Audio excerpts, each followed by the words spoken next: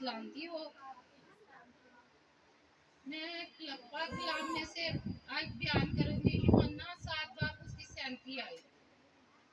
फिर ईद के आखिरी दिन जो खास दिन है, यीशु खड़ा हुआ और पुकार कर कहा, अगर कोई प्यासा हो तो मेरे पास आकर पिए।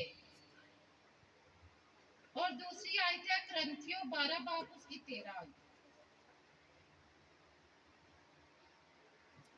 क्योंकि हम सब ने ख्वाह यहूदी हों, ख्वाह यूनानी, ख्वाह गुलाम, ख्वाह आजाद, एक ही रूह के वसीले से एक बदन होने के लिए बपतिस्मा लिया और हम सबको एक ही रूह पाया गया। आमीन।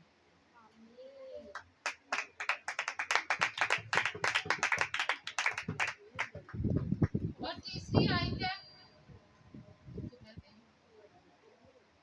यशायाह उसकी 58 आयत और 11, 58 बाब और 11 आयत। और खुदावन सदा तेरी रहनुमाई करेगा और खुशक साली में तुझे सैराब करेगा और तेरी हड्डियों को कुव्वत बख्शेगा।